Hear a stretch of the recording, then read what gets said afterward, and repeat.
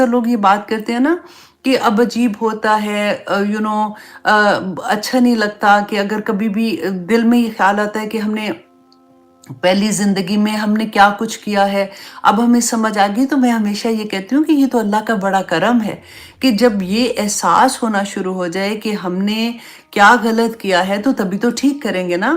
تو اس احساس کو ڈپریشن والی بات نہ سمجھیں کہ آپ اس کے لیے سیڈ ہوں، خوشیاں منائیں کہ اللہ سبحانہ تعالیٰ نے قبول کر لی آپ کا جو راستہ آپ نے چنا ہے۔ تو اللہ سبحانہ تعالیٰ ہم سب کے راستے آسان کرے۔ ابھی ایک اسٹوڈنٹ تھی، ان کا کویسچن تھا، کافی دن سے میں سوچ رہی تھی کہ میں آنسر کروں گی، لیکن پھر آج میں نے سوچا کہ کیونکہ حدیث تو ہم پڑھتے ہی ہیں تو ہم وہی حدیث پڑھیں۔ ان کا کویسچن یہ تھا کہ دم کے بارے میں کہ آپ رسول اللہ صلی اللہ علیہ وسلم سے جو ثابت ہے، آپ وہ والا دم بتائیں جب کوئی بیمار ہو جاتا ہے یا ہم خود بیمار ہوتے ہیں تو ہم کون سا دم کر سکتے ہیں۔ تو بخاری کی حدیث ہے 5743 کہ رسول اللہ صلی اللہ علیہ وسلم کا دم کا طریقہ کیا تھا، کہ حضرت عائشہ رضی اللہ عنہا بیان کرتی ہیں کہ جب بھی کوئی گھر میں بیمار ہوتا تھا تو رسول اللہ صلی اللہ علیہ وسلم یہ دعائیہ کلمات پڑھتے تھے، اور جس جگہ پہ بیماری ہوتی تھی، درد ہوتی تھی یا کچھ بھی، ادھر ہاتھ رکھ کے اپنا دایاں ہاتھ تو ساتھ ساتھ وہاں پہ پھیرتے جاتے تھے اور ساتھ ساتھ یہ کلمات پڑھتے تھے، اور وہ کیا تھے کہ اللہم رب الناس، اے اللہ لوگوں کو پالنے والے، اذہب الباسا، کہ دور کر دے تکلیف کو، اشفی ہی کہ اس کو شفا دے دے، وانت شافی، اور تو ہی تو شفا دینے والا ہے، لا شفاء، کہ کوئی شفا نہیں ہے، الا شفاء کا، سوائے اس شفا کے جو اللہ سبحانہ تعالیٰ آپ عطا کر دیں، شفاء لا یغادر سقما، کہ ایسی شفا عطا کر دیں یا پاک پروردگار کہ وہ بیماری جڑ سے ہی ختم ہو جائے۔ کتنی پیاری بات ہے نا۔ تو اللہ سبحانہ تعالیٰ ہمیں توفیق عطا کرے کہ ہم یہ ساری چھوٹی چھوٹی جو نبی صلی اللہ علیہ وسلم کی دعائیں ہیں ان کو ہم یاد کر لیں، اور ہم ان کو ایک دوسرے کو تحفہ جیسے دینا ہوتا ہے نا، اس طرح سے اگر کوئی بیمار ہے آپ وہاں جاتے ہیں تو آپ ان کو دم کیا کریں جا کے، جہاں بھی اب گھر میں کوئی بیمار ہے۔ اچھا ایک ہے کہ جب آپ اپنے لیے اگر دم کر رہی ہیں نا تو اشف ہی کی جگہ ہی ہوتا ہے، کس دوسرے کے لیے کہنے کا اشارہ ہوتا ہے نا کہ وہ، تو اپنے لیے آپ کرو گے تو اپنے لی کرنا ہے، اشف لی، آپ نے کہنا ہے کہ یا اللہ مجھے شفا دے دے، اور ایسی شفا دے دے یا پاک پروردگار کی بیماری جڑ سے ہی نکل جائے، آمین ثم آمین۔ تو میں نے سوچا کہ، اور اس کے بارے میں نا میں چھوٹی سی ایک ویڈیو بھی انشاءاللہ میں پوسٹ کر دوں گی، کیونکہ ایک لمبا لیکچر ہوتا ہے تو وہ بار بار سننے میں تھوڑا مشکل ہو جاتا ہے، تو اس میں یہ ہے کہ ایک چھوٹی سی ویڈیو ہوتی ہے 2-3 منٹ کی، تو وہ آپ سن بھی سکتے ہیں، آپ دوسروں کو بھی بھیج سکتے ہیں۔ تو جناب آئیے ہم آتے ہیں اپنی کلاس کی طرف، اور ہم آج کریں گے آیت نمبر 28 انشاءاللہ، سورۃ الانفال۔ ہم کیا کہہ رہے تھے لاسٹ ٹائم؟ ہم نے پڑھا تھا کہ اللہ سبحانہ تعالیٰ نے کیا کہا تھا ہمیں کہ دیکھو اے لوگو، تم خیانت مت کرنا، کس کے ساتھ؟ اللہ اور اس کے رسول کی، اور دوسرا کیا کہا تھا کہ آپس میں بھی خیانتیں نہ کرنا۔ اس کے بارے میں ہم نے بہت ڈیٹیل میں پڑھا تھا، لیکن میں آپ کو تھوڑا سا ریکیپ کرا دیتی ہوں کہ دیکھیے اللہ سبحانہ تعالیٰ نے جتنی نعمتیں ہمیں عطا کی ہیں نا، ہماری اپنی ذات، ایک چھوٹی جگہ سے ہم سوچیں تو ہمیں سمجھ آ جائے میں بھی زیادہ بہتر طریقے سے کہ ہماری اپنی ذات میں ہر چیز، ہماری آنکھ، ہمارا ناک، ہمارا ہاتھ پاؤں، دل دھڑکنا، ہمارے لنگس، ہمارے سب کچھ اللہ سبحانہ تعالیٰ کی ایک ایک چیز اس دنیا میں اللہ کی نعمت ہے، اور اللہ سبحانہ تعالیٰ کی نعمت جو ہے نا یہ اللہ کی امانتیں ہیں، ان کے بارے میں سوال پوچھا جائے گا۔ تو اللہ سبحانہ تعالیٰ فرماتے ہیں کہ دیکھو خیانت مت کرنا، کیونکہ آخر میں اس کے بارے میں سوال ہوگا۔ اب اس کو سمجھنے کا آسان طریقہ ایک اور میں آپ کو بتاتی ہوں۔ جسٹ امیجن کہ جیسے سیلاب آیا تھا، رائٹ؟ تو آپ کو پتہ چلا، پھر آپ کو یہ لگا کہ میں کچھ ایسا کام کروں کہ اجر کے لیے کہ اللہ سبحانہ تعالیٰ بھی خوش ہو جائے، تو آپ سوچتے ہو کہ ٹھیک ہے ایک محلہ ہے، اس کی ذمہ داری میں لے لیتی ہوں کہ میں اس کے جتنے لوگ ہیں میں ان کی کفالت کر سکوں، کسی طرح سے میں دیکھوں کہ میں کیسے کروں گی، کیونکہ ان کا تو سب کچھ وہاں ختم ہو گیا۔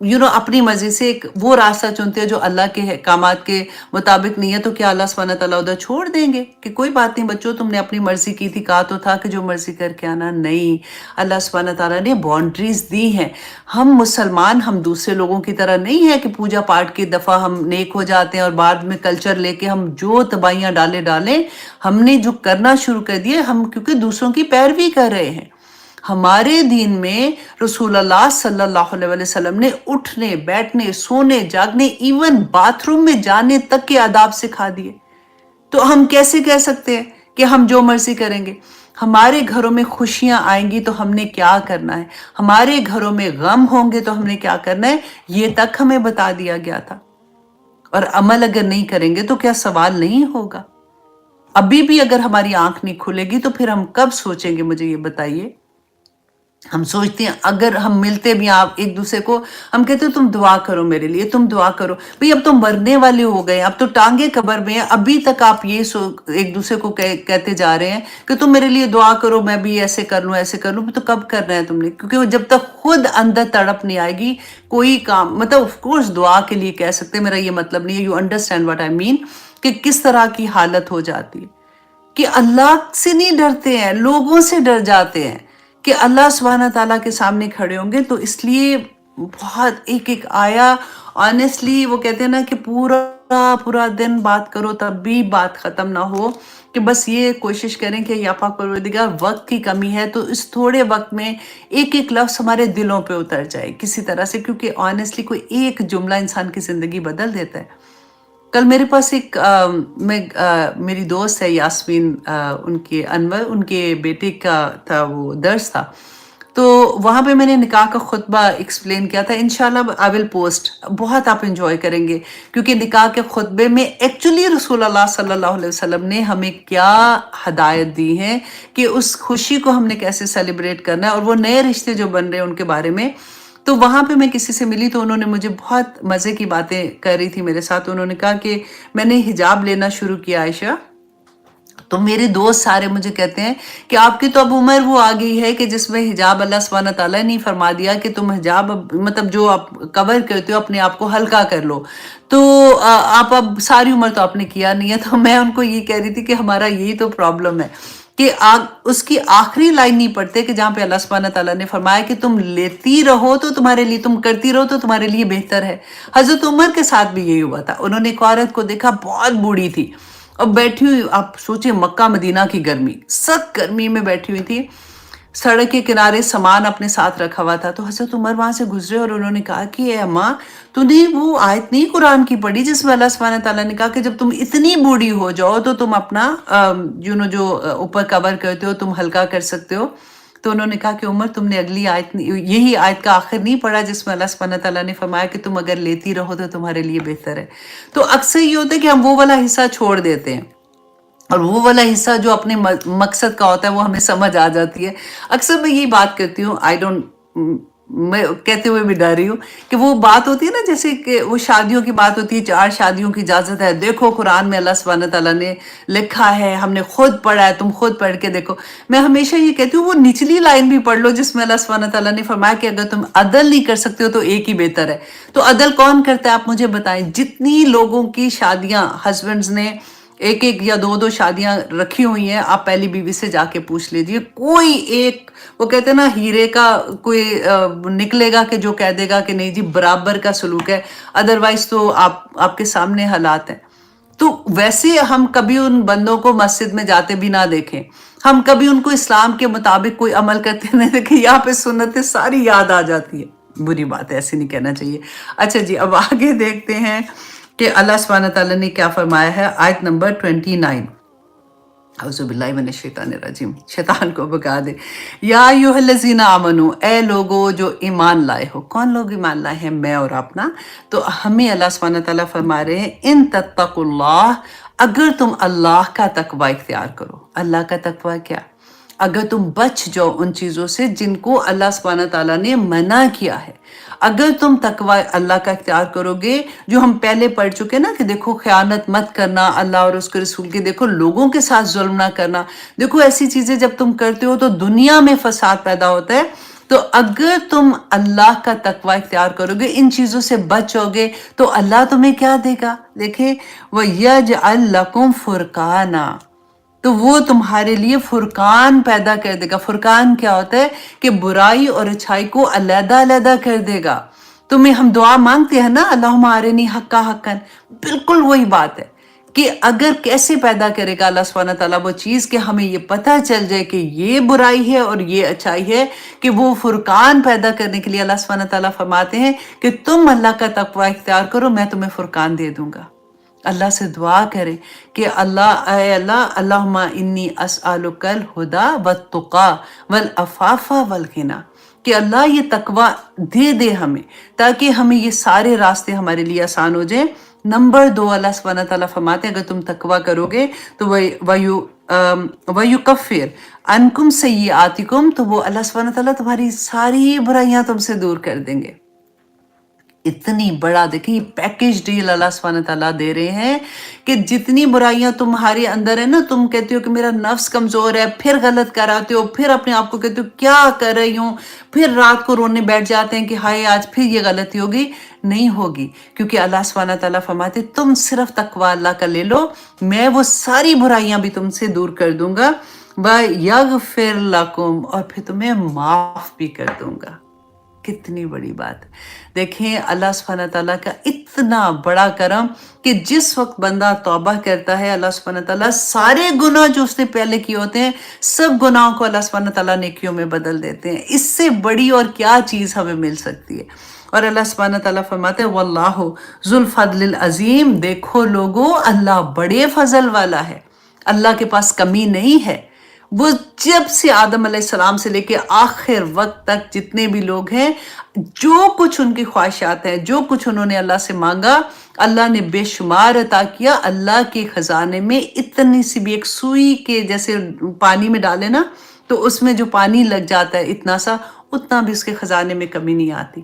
جب اللہ سبحانہ تعالیٰ سے مانگتے ہو تو اللہ سبحانہ تعالیٰ کی شان کے مطابق مانگا کرو کہ یا پاک پروردگار تو عطا کر دے ہمیں۔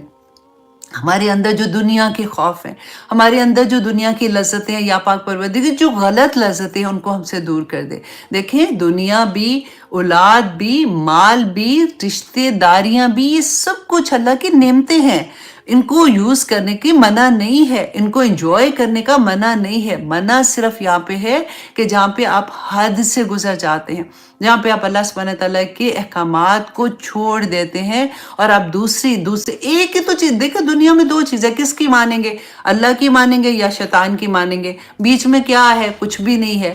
اگر آپ کو اللہ سبحانہ تعالیٰ نے سورۃ ناس میں کیا فرما دیا تھا کہ انسانوں اور جنوں میں سے شیطان، دونوں طرح سے، تو انسانوں میں بھی شیطان ہی ہوں گے نا جو ہمیں دوسری طرف لے کے جاتے ہیں، جن سے ہم امپریس ہوتے ہیں، چلو چلو تم بھی چلو میرے ساتھ، چلو بڑا مزہ آئے گا، کیا بور ہوتی رہتی ہو سارا دن، کیونکہ ان کی زندگی میں ابھی تک اس طرح سے اسلام نہیں کھلا ہوتا، اور ہم کئی دفعہ کمزور ہوتے ہیں، کیونکہ ایمان کا لیول بھی نا کبھی بڑھتا ہے کبھی گھٹتا ہے۔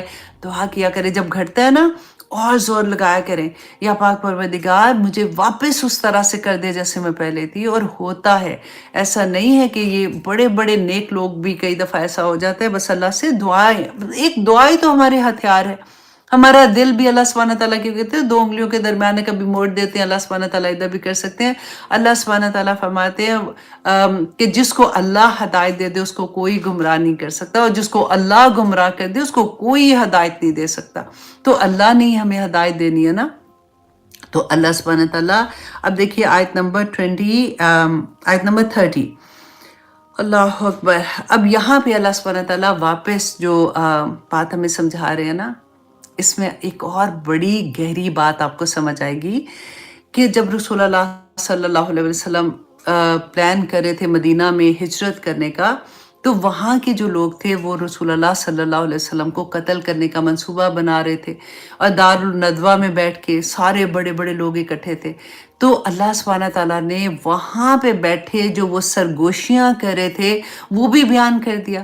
تو ہمیں کیا سیکھنا ہے کہ کبھی ایسا ہو کہ ہم کبھی چھپ کے آرام آرام سے کسی کے بارے میں کوئی ایسی بات کر رہے ہوں، اللہ سبحانہ تعالیٰ تو سن رہے ہوتے ہیں نا، تو اس لیے ہمیں اپنے اوپر یہ بھی پہرے بٹھانے ہوں گے۔ اور اگر کبھی ایسی سچویشن آ جائے کہ کوئی ہمیں تباہ کرنے پہ بھی تل گیا ہو، لیکن اگر اللہ سبحانہ تعالیٰ ہمارا ساتھ دیں گے، کوئی کچھ نہیں کر سکتا، واللہ کوئی کچھ نہیں کر سکتا۔ یہ اللہ ہی ہے جو انسان کو بچاتا ہے، اللہ ہی عزتیں دیتا ہے، اور اگر اللہ کی نافرمانی کریں گے تو اللہ ہی ذلتیں دیتے ہیں۔ اور اللہ سبحانہ تعالیٰ جو چھوٹے چھوٹے امتحان ہماری زندگیوں میں آتے ہیں، وہ ہمیں بہت گہرا میسج ہوتا ہے کہ پلٹ آؤ، پلٹ آؤ، دیکھو ابھی بھی وقت ہے۔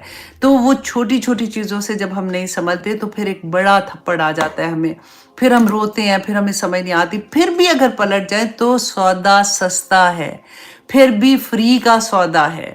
اللہ سبحانہ تعالیٰ مجھے اور آپ کو توفیق عطا کرے، آمین ثم آمین۔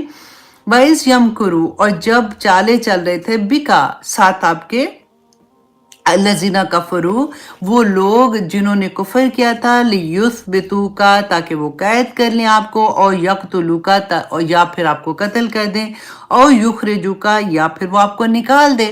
اب یہ جو میں نے آپ کو لاسٹ ٹائم اس کی بھی ڈیٹیل بتائی تھی کہ کیسے انہوں نے کیا کیا پلان کیا تھا، اور پھر ابو جہل نے یہ کہا تھا کہ سارے قبیلوں سے ایک ایک جوان لو، اور وہ سب اپنی اپنی تلواریں لیں گے تو اکٹھے وار کریں گے، اور تاکہ پتہ ہی نہ چلے کہ کس نے مارا ہے۔ اور اگر بنو ہاشم جو ہیں وہ ہمیں کہیں گے قصاص کے بارے میں ہوگی بات، اور پھر دیت کے بارے میں بات ہوگی، تو ہم کیسے بچیں گے، یہ سارا پلان کر رہے تھے۔ تو اللہ سبحانہ تعالیٰ فرماتے ہیں وَيَمْكُرُونَ، اور وہ چالے چل رہے تھے، وَيَمْكُرُ اللَّهُ، تو اللہ بھی تدبیریں کر رہا تھا، وَاللَّهُ خَيْرُ الْمَاكِرِينَ، تو اللہ سبحانہ تعالیٰ بہترین تدبیر کرنے والا، اس لیے کبھی نہیں ڈرنا چاہیے، یہاں سے خالص ہو جائے۔ آپ پتہ ہے بعض لوگ کہتے ہیں کہ میں نے ساری زندگی تو ایسے نہیں کیا، اب آ کے مجھے یہ ڈر لگ رہا ہے کہ میں تو قرآن سمجھنا شروع ہو رہی ہوں، مجھے یہ ڈر لگتا ہے کہ اب پہلے کیا ہوگا۔ تو میں ہمیشہ ان کو کہتی ہوں، دیکھو اگر آپ کی زندگی میں قرآن کھلا ہے، دیٹ مینز کہ اللہ سبحانہ تعالیٰ نے تمہیں چن لیا ہے، اور جس کو اللہ چن لیتا ہے نا، تو وجہ کیا ہے، قرآن میں اللہ سبحانہ تعالیٰ نے فرمایا کہ دل صاف ہوتے ہیں، دل آئینے کی طرح ہوتے ہیں۔ وہ لوگ اس وقت بھی برے نہیں ہوتے، پہلے اللہ کے قریب اگر نہیں اس طرح سے ہوتے، لیکن وہ برے نہیں ہوتے، ان کے دل بڑے شیشے کی طرح کے صاف ہوتے ہیں، نیک لوگ ہوتے ہیں۔ اللہ سبحانہ تعالیٰ ان کو پھر دین کی سمجھ عطا کر دیتے ہیں۔ رسول اللہ صلی اللہ علیہ وسلم نے فرمایا تھا نا کہ عورت کو کس 4 بنا پہ اس کو نکاح کے لیے پک کیا جاتا ہے، ایک اس کی خوبصورتی، نمبر 2 اس کا مال، نمبر 3 اس کا حسب و نسب، اور نمبر 4 اس کا تقوی اور پرہیزکاری۔ تو رسول اللہ نے کیا مشورہ دیا تھا کہ تم اس کا تقوی اور پرہیزکاری دیکھو۔ اللہ سبحانہ تعالیٰ ہمیں توفیق عطا کرے، بار بار دعا کیا کرے، میں بھی دعا کرتی ہوں، کیونکہ ایسی محفلوں میں فرشتے نازل ہوتے ہیں، ہم کیا دعا کریں گے، وہ تو ہمارے لیے اوپر آسمان تک چلے جاتے ہیں اور دعائیں کرتے ہیں۔ اللہ سبحانہ تعالیٰ ان کی دعائیں بھی قبول کرے جو وہ ہمارے حق میں کر رہے ہیں، آمین ثم آمین۔ اب آپ دیکھیے آیت نمبر 31، اللہ سبحانہ تعالیٰ فرماتے ہیں وَإِذَا تُتْلَى عَلَيْهِمْ، اور جب پڑھی جاتی ہیں ان پر آیاتنا، ہماری آیات، قولو، تو وہ کہتے ہیں قد سمینا، کہ ہم نے سنا ہے، سن لیا ہم نے۔ آپ دیکھیے یہ ایٹیٹیوڈ آپ کو کبھی نظر آئے گا جب آپ دعویٰ دینے جائیں گی اپنے ہی گھر والوں میں، اپنے ہی دوستوں میں، کہ بس بھی کر دو، سارا وقت یہی باتیں کرتی رہتی ہوں، یا بور کر دیتی ہوں، اچھا نیکسٹ پارٹی میں اس کو نہ بلانا، یہ بڑا تنگ کرتی ہے، سارا وقت یہی بات کرتی رہتی ہے۔ تو ہم بھی ایسی باتیں کر جاتے ہیں، کئی دفعہ مذاق سے کر دیتے ہیں، کئی دفعہ کسی کو طنز کرنے کے لیے کر دیتے ہیں، لیکن اللہ سبحانہ تعالیٰ یہاں پہ تو یہ کافروں کی بات بتا رہے ہیں کہ وہ ایسے کرتے تھے، ہمیں نہیں ایسے کرنا چاہیے نا۔ تو لیکن الحمدللہ ہم یہ کام تو کبھی بھی نہیں کرتے۔ وہ کیا کہتے تھے، لو نشاؤ، اگر ہم چاہیں، لقلنا مثل ھذا، تو ہم بھی البتہ کہہ لے ایسا ہی جو تم مانند اس کے جو تم لے کے آئے ہو، ان ھذا الا اساطیر الاولین، نہیں یہ تو مگر کہانیاں ہیں پرانوں کی، کیونکہ یہاں پہ جو قرآن میں قصے بیان کیے جاتے تھے تو کہتے تھے یہ تو پہلے قوموں کے قصے، اس میں اور کیا رکھا ہوا ہے۔ تو اب یہ دیکھیے کہ یہاں پہ اللہ سبحانہ تعالیٰ نے ایک اور، میں نے آپ کو جب سیرہ کی بات بتا رہی تھی نا کہ نضر بن حارث وہ گیا تھا شام میں، وہ جاتا تجارت کے لیے، یہ لوگ جایا کرتے تھے، وہاں سے وہ قصے کہانیاں سن کے ان کو یاد کر کے وہ آیا اور آ کے اور اس کے ساتھ وہ گانا بجانے والی عورتیں بھی ساتھ لے کے آیا اور آ کے وہ جیسے محفلیں سجاتے ہیں نا اس طرح سے محفل، کیونکہ دیکھیں درس ہوتا ہے تو تب بھی لوگ اکٹھے ہوتے تھے، رسول اللہ صلی اللہ علیہ وسلم جب بات بتاتے تھے، قرآن کی آیت نازل ہوتی تھی، پھر مسجد میں جب لوگ جمع ہوتے تھے تو ان کو بتایا کرتے تھے، تو یہ لوگ سمجھتے تھے کہ اسی طرح سے اکٹھے کر کے لوگوں کو ہم بھی قصے سنائے، پہلے زمانے میں ایسے ہوتا تھا، فلاں کا ایسے ہوتا تھا۔ یہ لوگ تھے تو بہت انٹیلیجنٹ، یہ لوگ شاعر ہوتے تھے، ان کو اتنا بھی پتا ہوتا تھا کہ ان کے اونٹ اور گھوڑے جو ہوتے تھے نا ان کی بھی نسلوں در نسل ان کو پتا ہوتا تھا کہ یہ کہاں سے اس کی نسل کیا ہے۔ تو نضر بن حارث جو ہے وہ ایسے قصے کہانیاں سناتا تھا اور ناچنے گانے والی عورتوں کو بھی لے کے آیا تھا تاکہ لوگوں کا دھیان اسلام سے ہٹا دے۔ اب دیکھیں کہ بدر کے موقع پر، یہ میں نے آپ کو پہلے بھی بتایا تھا کہ جو 70 لوگ قتل ہوئے تھے مشرکین مکہ میں، تو راستے میں جن 2 لوگوں کو قتل کیا گیا تھا نا ان میں سے ایک نضر بن حارث تھا، اس لیے کہ اس کا گناہ معاف ہی ہونے والا نہیں تھا کہ اس نے ناچنے گانے والیوں کو لے کے آیا تھا۔ آپ کو یاد ہے ہمارے زمانے میں پہلے کیا ہوتا تھا کہ وہ ایک کیا پتلیاں سے بنائی ہوتی تھیں، اس کا ڈانس دکھاتے تھے اور سارے لوگ، مجھے یاد ہے کہ ہم اسکول جاتے تھے نا تو راستے میں کتنے لوگ جب واپس آ رہے ہوتے تھے، جمع ہو رہے ہوتے تھے تو وہاں پہ وہ پتلیوں کا ڈانس دکھا رہے ہوتے تھے۔ تو اس کے بعد دیکھیے ایک ہمارے زمانے میں بھی یہ ہوتا تھا، کسی کے گھر میں بچہ پیدا ہوتا تھا یا کوئی شادی بیاہ ہوتی تھی نا تو وہ ہجڑے جو ہوتے ہیں، خسرے ہم کہتے ہیں پنجاب میں، تو وہ ناچنے کے لیے آ جاتے تھے، تو سارے محلے والے اکٹھے ہو جاتے تھے ان کو دیکھنے کے لیے، تو وہ آ کے زور زور سے گانا بجانا شروع ہو جاتے تھے، خوشی ہے بھائی تو ہمیں بھی پیسے دیں اور ہم ایسے۔ وہ دیکھیں وہ زمانہ، گھروں میں کوئی نہیں بیٹیاں ناچتی تھی، نہ بہویں ناچتی تھی، نہ مائیں ناچتی تھی، کبھی کوئی آپ امیجن کر سکتے ہیں؟ ذرا پیچھے جائیے 50-60 سال پہلے کی بات میں آپ سے جو کہہ رہی ہوں۔ اس کے بعد جب ہم پہلی دفعہ جب یہ ہونا شروع ہوا، آپ کو ڈرامے یاد ہے کہ پہلے جب، اب تو خیر وقت نہیں ملتا، اس زمانے میں جو دیکھا کرتے تھے کہ آخر میں جو ہیرو ہیروئن ایک دوسرے کا اگر ہاتھ پکڑ لیتے تھے نا تو قیامت ہی لگتی تھی آ گئی ہیں، اسپیشلی اگر بھائی اور یا باپ میں سے کوئی ساتھ بیٹھا ہوتا تھا تو توبہ استغفار، وہ لگتا تھا کہ اس سے بری چیز ہی ہم نے کوئی نہیں دیکھی۔ وہ نارم کب ہو گئی؟ کب یہ چیزیں نارمل ہو گئی کہ میں اور آپ بھی اس کے لیے اوکے ہو گئے؟ Can you imagine?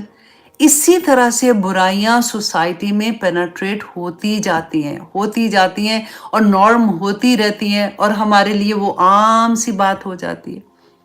اب دیکھیے آپ اور میں، پھر بھی ہم اپنی بات کہتے ہیں نا کہ اپنے زمانے میں، کہ جیسے میں ابھی کہہ رہی ہوں کہ ہمارے زمانے میں تو ایسے نہیں ہوتا تھا، دیکھو آج کل تو اتنا فتنہ، اتنی برائی، اتنی۔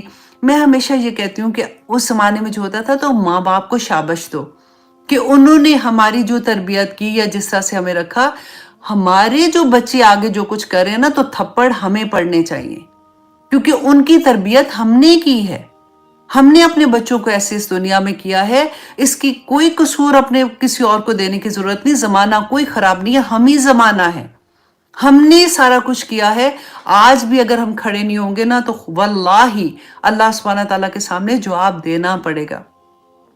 ہم اگر یہ سوچیں کہ اب ہمارے کھڑے ہونے سے کیا ہوگا، آپ اپنے آپ کو بدل کے دیکھیں، بچوں کو، آپ کو یاد ہے نا جب شادی ہو، اسپیشلی ہم لوگ جو باہر رہتے ہیں، جب شادی ہو جاتی ہے اس کے بعد اپنی امیاں یاد آنی شروع ہوتی ہے، وہی باتیں جو ماؤں کی بری لگتی تھی نا، وہی دل میں آنسو گرے ہوتے ہیں، ہائے میری امی تو مجھے ایسے کہتی تھی، اس وقت نہیں سمجھ آتی تھی، اسپیشلی جب ماں باپ چلے جاتے ہیں پھر ان کی ایک ایک بات یاد آتی کہ امی ٹھیک ہی کہتی تھی۔ اسی طرح سے انشاءاللہ ہمارے بچے اور ہمارے پوتے پوتیاں یاد کریں گے کہ ہماری دادی، ہماری نانی ایسے کہا کرتی تھی یا ہماری ماں ایسے کہا کرتی تھی۔ بعد میں جب ان کو سمجھ آئی تھی تو انہوں نے پھر ہمیں یہ بتایا تھا۔ کر کے جائیں، یہ بات کر کے جائیں، وقت نہیں ہے، نہ میرے پاس ہے نہ آپ کے پاس ہے یہ وقت۔ اللہ سبحانہ تعالیٰ دیکھیں، وہ چلے سوچے وہ نہیں بدل رہے، نہ بدلے، اللہ سبحانہ تعالیٰ بہتر جانتے ہیں نا۔ آپ تو اپنا کام کر جائیں گے نا، آپ اللہ سبحانہ تعالیٰ کے سامنے تو سرخرو ہو جائیں گے کہ یا پاک پروردگار میں اپنا کام کر رہی ہوں، اور اللہ سبحانہ تعالیٰ نے قرآن پاک میں بتا بھی دیا کہ تم اپنی وسعت کے مطابق کام کرو، تمہارا کام ان کو ٹھیک کرنا نہیں، ہدایت دینا میرا کام ہے۔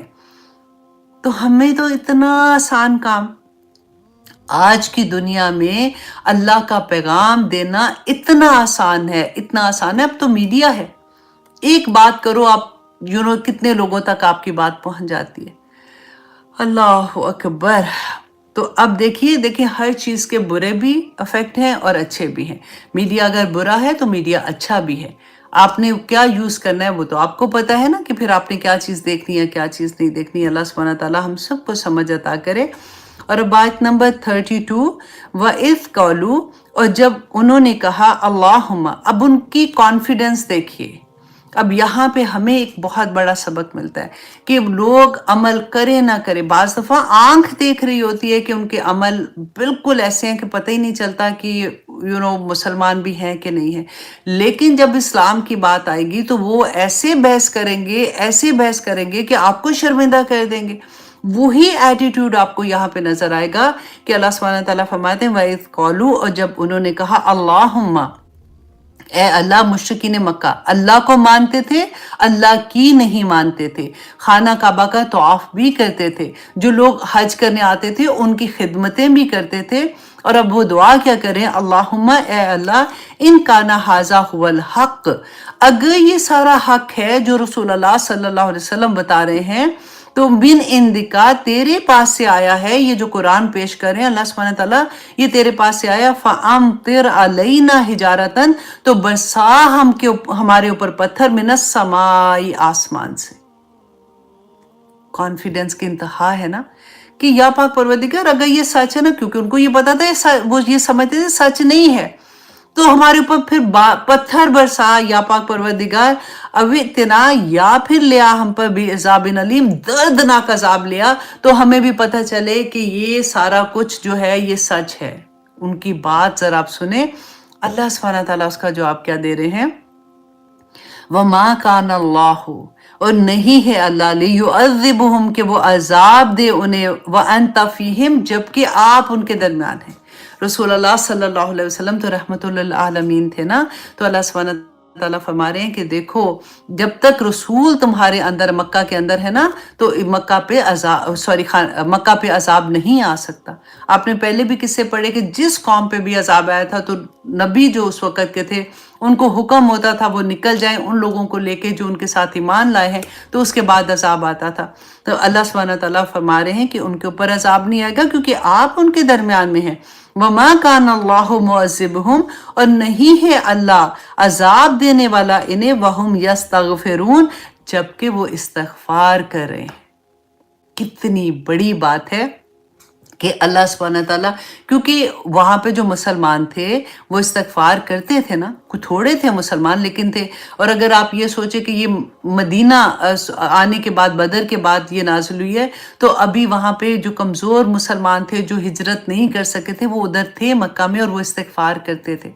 تو اتنی بڑی بات ہے. آپ قرآن پاک میں جتنی آیات ہیں میں وہ ساری تو نہیں آپ کے لیے لا سکی، لیکن میں آپ سے 2-3 آیات ہیں جو میں آپ کے ساتھ شیئر کر دیتی ہوں کہ حضرت علی رضی اللہ عنہ بیان کرتے ہیں کہ لوگوں، روئے زمین پر اللہ کے عذاب سے بچنے کے لیے 2 ہی طریقے تھے، 2 ہی امان تھے، جن میں سے ایک کو اٹھا لیا گیا جو کہ رسول اللہ صلی اللہ علیہ وسلم ہے، اور دوسرا ابھی موجود ہے. اسے مضبوطی سے پکڑ لو تو عذاب نہیں آئے گا.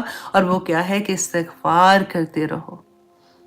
دیکھیے سورۃ نوح میں آیت نمبر 10 سے 12 میں اللہ سبحانہ تعالیٰ نے استغفار کرنے والوں کو کیا کیا عطا کیا ہے. آپ ذرا یہ دیکھیے کہ اور میں نے کہا کہ اپنے رب سے، یہ حضرت حضرت نوح علیہ السلام کا ہے نا، کہ حضرت نوح علیہ السلام فرماتے ہیں اور میں نے کہا کہ اپنے رب سے اپنے گناہ بخشواؤ اور معافی مانگو، استغفار کرو. وہ یقیناً بڑا بخشنے والا ہے. وہ تم پر آسمان سے خوب برستا ہوا پانی چھوڑے گا. مطلب کیا کہ آسمان سے رحمتیں نازل کرے گا. کیوں کرے گا؟ کیونکہ تم استغفار کرتے ہو. اور تمہیں خوب پے در پہ مال اور اولاد دے گا. اگر اولاد نہیں ہے، اگر آپ لوگ پوچھتے ہیں نا اکثر کہ کیا پڑھیں، آپ کوئی دعا بتائیں، استغفار کریں. ہر چیز کا علاج ہے کہ رسول اللہ صلی اللہ علیہ وسلم نے بھی یہی فرمایا تھا کہ استغفار سے بڑا کوئی تحفہ نہیں ہو سکتا. کہ اللہ سبحانہ تعالیٰ خود فرما رہے ہیں کہ خوب برستا ہوا رحمتیں نازل کریں گے آسمان سے. اور خوب مال دیں گے اور اولاد میں ترقی دیں گے اور تمہیں باغات عطا کریں گے کہ دنیا میں تمہیں مال دیں گے اور تمہارے لیے نہریں بھی نکال دیں گے. دیکھیں سب سے مہنگا ترین باغ کون سا ہوتا ہے جس کے اندر نہر اب جو قدرتی نہر ہوتی ہے نا وہ اس میں بہہ رہی ہوتی ہے. تو اللہ سبحانہ تعالیٰ اس لیول پہ کہتے ہیں کہ وہ بھی تمہیں دے دیں گے جو بندہ استغفار کرتا ہے. اب سوال یہ پیدا ہوتا ہے کہ کیا ہم زبان سے صرف استغفار کرتے رہے؟ کیونکہ سید الاستغفار بھی آپ نے سنا ہے، میں آج آپ کو وہ بھی تھوڑا سا بتا دیتی ہوں کہ رسول اللہ صلی اللہ علیہ وسلم نے فرمایا کہ جو انسان اپنے دل کے یقین کے ساتھ یہ دعا پڑھتا ہے، سید الاستغفار جو ہے، اور اس کو پڑھتا ہے اور اس پہ یقین بھی کرتا ہے، دل کے ساتھ اس پہ یقین کرتا ہے، تو جب وہ صبح پڑھے اور اس کی موت آ جاتی ہے تو وہ جنت میں جائے گا، اور رات کو پڑھتا ہے تو اس کی موت آ جاتی ہے تو وہ جنت میں جائے گا. اب سوال یہ پیدا ہوتا ہے کہ اگر ہم پھر سارا دن کچھ بھی کریں، ادھر ادھر غلط اگر کچھ کام کریں ہیں، صحیح طرح سے اللہ کی عبادت کرنے والے بھی نہیں ہیں، تو صرف یہی پڑھ لیں تو ہم کیا جنت میں چلے جائیں گے؟ اکثر لوگ پتہ ہے یہ سوال پوچھتے ہیں. لیکن آپ یہ دیکھیں کیونکہ ہماری زبان نہیں ہے، ہمیں سمجھ نہیں آتی نا. رسول اللہ صلی اللہ علیہ وسلم نے فرمایا تھا کہ جو یقین کے ساتھ، ہم نے کتنی دفعہ پڑھا ہے کہ جو توبہ کرتا ہے، توبہ کرنے کا کیا مطلب ہوتا ہے؟ پلٹتا ہے.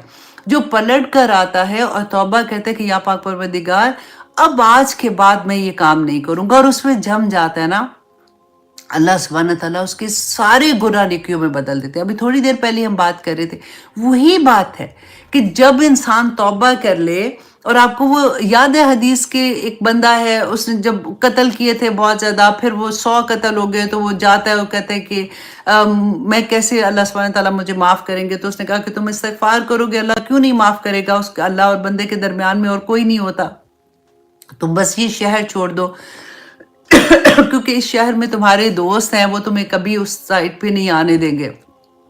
اب وہ جا رہا ہوتا ہے، راستے میں اس کی موت آ جاتی ہے. ابھی کوئی ایک نماز نہیں پڑھی، کوئی ایک کام نہیں کیا، کچھ نہیں ابھی کیا، اس کی موت آ جاتی ہے. اور جیسے موت آتی ہے تو جو بری روح کو لینے والے فرشتے ہوتے ہیں اور جو اچھی روح کو لینے والے ہوتے ہیں دونوں آ جاتے ہیں، دونوں میں لڑائی ہوتی ہے. یہ بہت پیاری حدیث ہے، میں نے آپ کو 1-2 دفعہ پہلے بھی سنائی ہے. تو برے والے کہتے ہیں کہ نہیں یہ ہمارا بندہ ہے کیونکہ اس نے برائیاں ساری زندگی کی. اچھے والا کہتے ہیں نہیں اس نے توبہ کر لی تھی.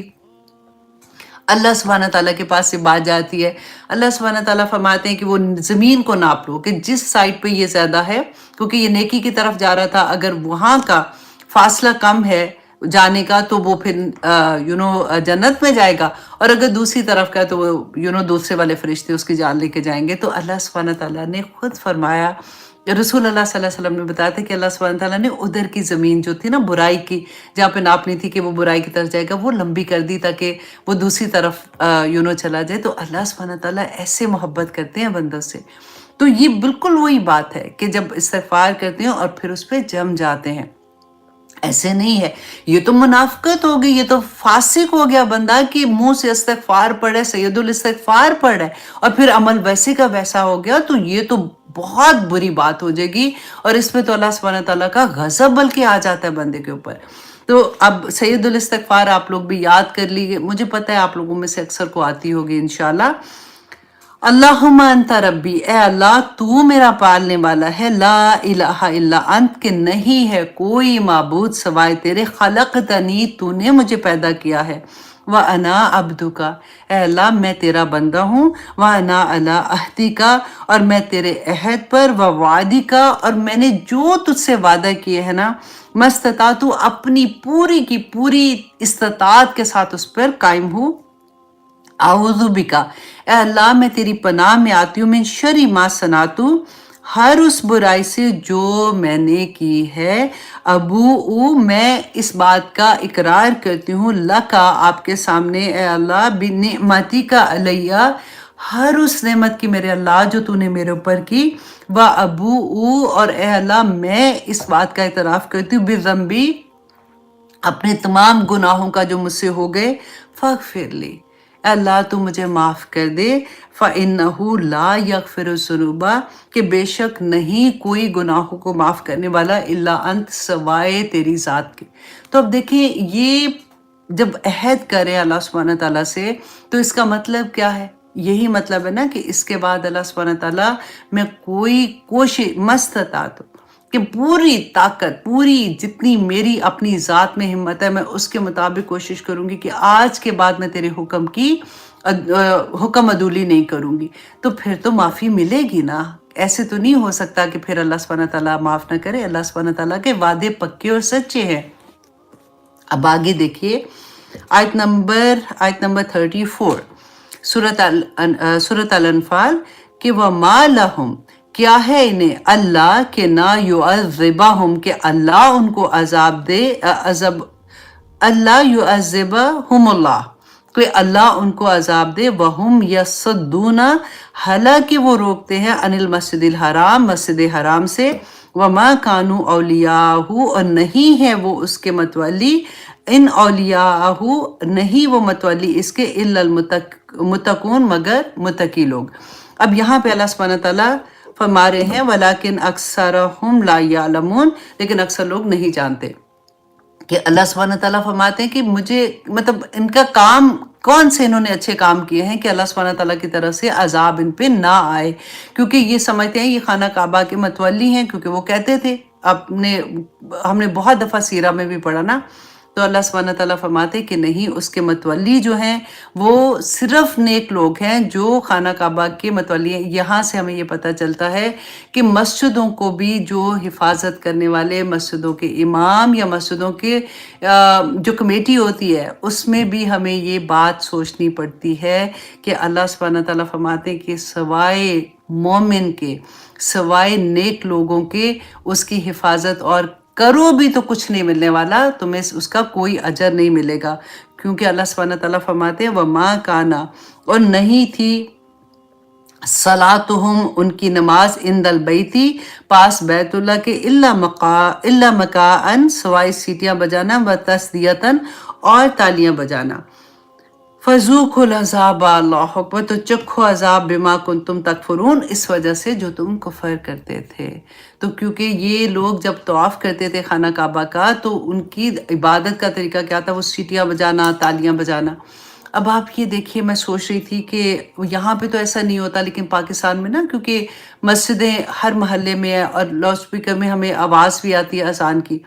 تو اس دفعہ جب میں پاکستان میں تھی نا تو آئی ریئلائز کہ شادیاں ہوتی ہیں بعض دفعہ ہوتا ہے کہ شادی گھر میں نہیں ہو رہی ہوتی تو جو بڑا پارک ہوتا ہے محلے میں وہاں پہ ٹینٹ لگا دیتے ہیں تو وہاں پہ شادیوں کی تقریبات ہوتی ہیں اور ایک طرف مسجد میں اذان ہو رہی ہوتی ہے اور دوسری طرف اونچی آواز میں کیونکہ انہوں نے ڈی جے بلایا ہوتا ہے تو وہ اونچی آواز میں وہ بند نہیں کرتے ہیں اور وہ ویسے ہی گانے بج رہے ہیں تالیاں بج رہی ہیں. تو میں یہ پڑھ کے مجھے ہو رہا تھا کہ دیکھیں اور دوسرا آپ یہ دیکھیں کہ جب قوالیاں ہوتی ہیں بعض قوالی ایسی ہوتی ہے کہ ہمیں لگتا ہے کہ وہ بہت اللہ کے ساتھ جوڑنے والی ہیں اس طرح والی کیونکہ اس میں ہوتے ہیں وہ ایک قوالی تم ایک گھورک دندہ ہو بھی نہیں اور ہر جا ہو اس طرح والی. تو ہمیں لگتا ہے ہم یہ سوچتے ہیں کہ یہ تو اللہ والی چیز ہے نا تو کوئی بات نہیں لیکن آپ سوچو اس میں کیسے تالیاں بجتی ہیں اس میں کیسے وہ ان کو وہ گایا جاتا ہے. بعض نعتیں ایسی ہیں جو گانوں کی ساؤنڈ پہ ہوتی ہیں. اللہ اکبر. تو ہمیں یہ سوچنا چاہیے کہ ہم کہاں جا رہے ہیں. اپنے عرسوں پہ دیکھا ہے جب وہ ڈھول بجتے ہیں بعض دفعہ یہ ہوتا ہے کہ عورتوں کو حال پڑ جاتے ہیں. میں نے تو خیر نہیں دیکھا اپنی آنکھ سے لیکن بہت دفعہ سنا ہے کہ ان کے کہاں پہ ان کے بال بکھر جاتے ہیں اور وہ بس کہتے ہیں جی حال پڑ گیا حال پڑ گیا. یہ کیا مطلب اسلام کی جو شکل ہم نے بنا دی ہے آہستہ آہستہ. اللہ سبحانہ تعالیٰ ہمیں توفیق عطا کرے کہ ہم اپنی زندگی میں بھی اسلام کی اصل شکل لے کے آئیں اور ہم دوسروں کو بھی بتانے والے بن جائیں. آمین ثم آمین. بتایا کریں کہیں پہ بھی ایسی بات ہوتی ہے تو آپ اپنا کام کر جائیں باقی اللہ سبحانہ تعالیٰ انشاءاللہ آخرت میں ہمیں جنت الفردوس میں داخل کر دیں گے. اب آیت نمبر 36 ان الذین کفروا بے شک وہ لوگ جنہوں نے کفر کیا ینفقون اموالہم خرچ کرتے ہیں اپنے مالوں کو لیصدوا عن سبیل اللہ تاکہ وہ روکیں اللہ کی راہ سے. اب دیکھیں یہاں پہ کتنی پیاری بات ہے کہ کافر بھی اللہ کی خرچ رہے ہیں نا مال اپنا مال جنگ میں خرچ رہے ہیں مسلمانوں کے اگینسٹ جو جنگ ہو رہی تھی کیونکہ جو قافلہ ابو سفیان کا واپس آیا تھا تو انہوں نے پلان کیا تھا کہ اس قافلے سے جتنا پروفٹ ہوا ہے تو ہم مسلمانوں کے خلاف اس کو یوز کریں گے.